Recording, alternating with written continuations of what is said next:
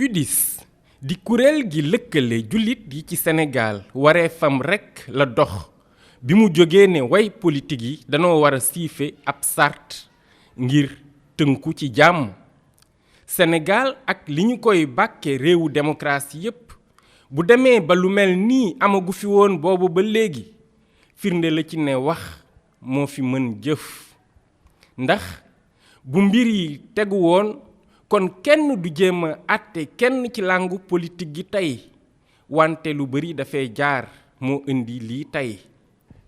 donte sax màndute ak yamale la kuréel gi lëkkale jullit yi ci Sénégal jiital ngir dox jàmm dana jafe bu fekkee ni amuñu ci lu ñu sukkandiku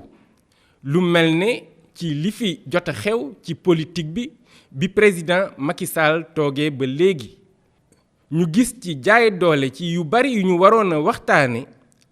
ay ñoñam def lu dul noonu dara du leen ci fekk faagaagal ak jéem a faagaagal ku leen sonal ci kujje gi jël ay nervi ñuy agressé ay nit takk der yi di gis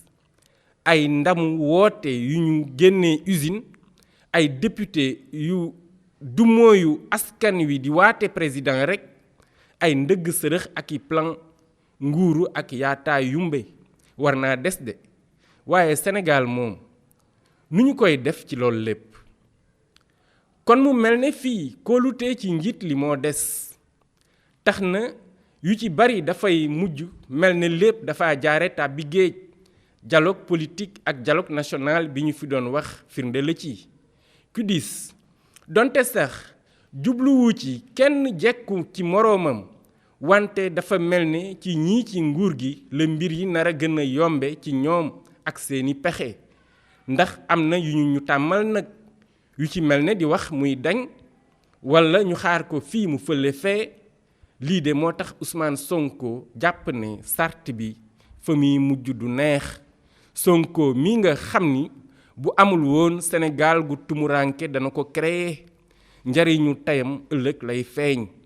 moom mii taxaw sañ ne déet ci lu ñu mënula nangu te réew mi jaral ko bu ci Sénégal amoon yeneen dana sant bay dukkat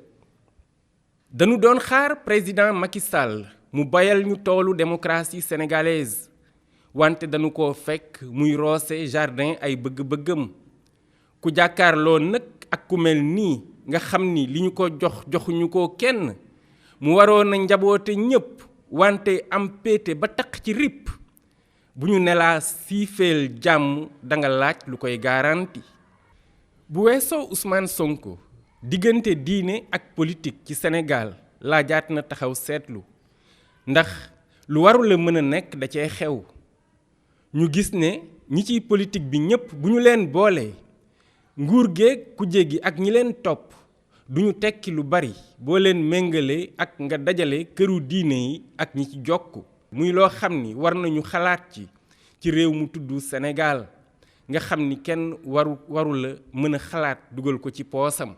xel dana dem ci ay kàddu yu Cheikh Abdoulaye Dièye jibaloon fii ci Louga mu ne ki yàlla yónni woon yamul woon rekk ci jiite jullit yi daf daan yittewoo itam ni dëkk bi ak réew mi di doxe moonte de gént gu mën a doon dëgg ci Sénégal moo ñi gis kuréel gi lëkkale kilifa diine yi lislaam yi njiitu waa jàngu bi fekk si leen ñu xool nu ñu koy tudde ak nu ñu koy defe ñuy jibal seen kàddu ci ni réew mi di doxe ak ci ni gaay di defe fu dëgg ak yoon di dox jàmm rekk moo fay xew te ñii kàddu bu ñu jibal dana yey dana dal dana nu ko dégg te dana tax ñu defaraat taxawaay tey bu ñu demee ba naan wàllu Sénégal ci sang yi lañu ko gën a séentoo